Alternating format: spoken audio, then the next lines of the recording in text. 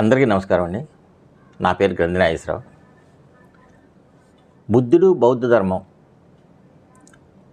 అందులో మతం అంటే ఏమిటి అనే సబ్జెక్ట్ గురించి చూద్దాం. అసలు మతం అంటే ఏమిటి? మతం అనే పదానికి ఒక స్థిరమైన అర్థం అంటూ లేదు. మతం అనే పదానికి పలు విధాలుగా అర్థం చెప్పబడుతుంది. మతం అనేది దశల వారీ రూపాంతరం చెందడమే అందుకు కారణం. ఒక దశలో మతం అంటే ప్రచారంలో ఉన్న భావనకు ఆ తర్వాత దశలో ఏర్పడిన భావనకు ఏమాత్రం పోలిక ఉండేది కాదు. ఆ విధంగా మతం అనే పదానికి దశల వారీగా అర్థం కూడా మారుతూ వచ్చింది.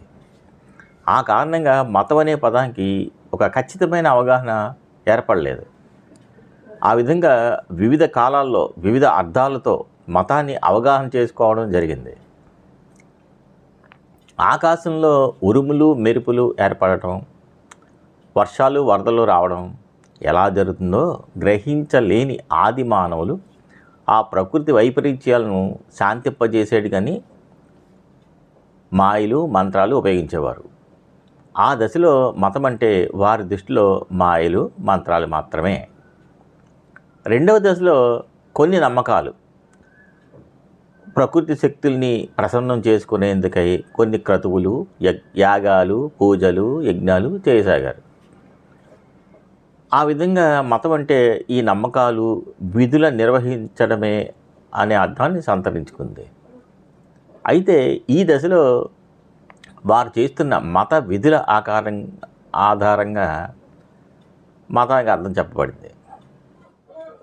ప్రకృతి శక్తుల వెనుక ఏదో ఒక అతీత శక్తి ఉండడం వలనే ఈ వైపరీత్యాలు జరుగుతున్నవనే భావన ఏర్పడడంతో మతం అనగా చెప్పబడే అర్థంలో కీలకమైన మార్పు జరిగింది.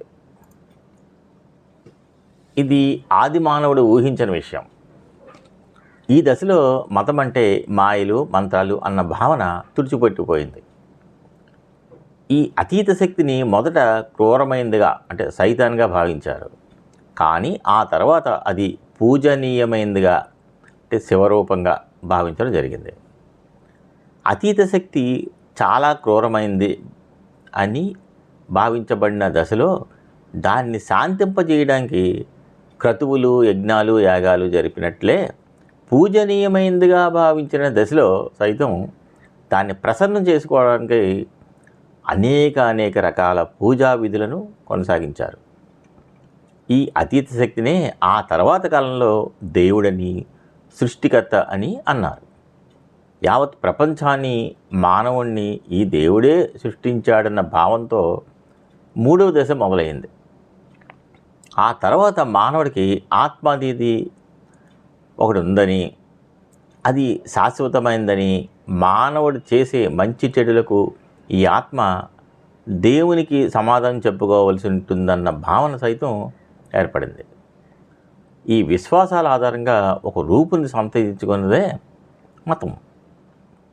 దేవుడు అనేవాడు ఒకడు ఉన్నాడని, ఆత్మ అనేది ఉందని, మానవుడు చేసే చెడు కార్యాల నిర్మూలనకై పూజలు, క్రతువులు, యజ్ఞాలు చేయడం ద్వారా దేవుణ్ణి ప్రసన్నం చేసుకోవాలనే నమ్మకాలపై రూపొందించిందే మతంగా నేడు గుర్తించడం జరిగింది.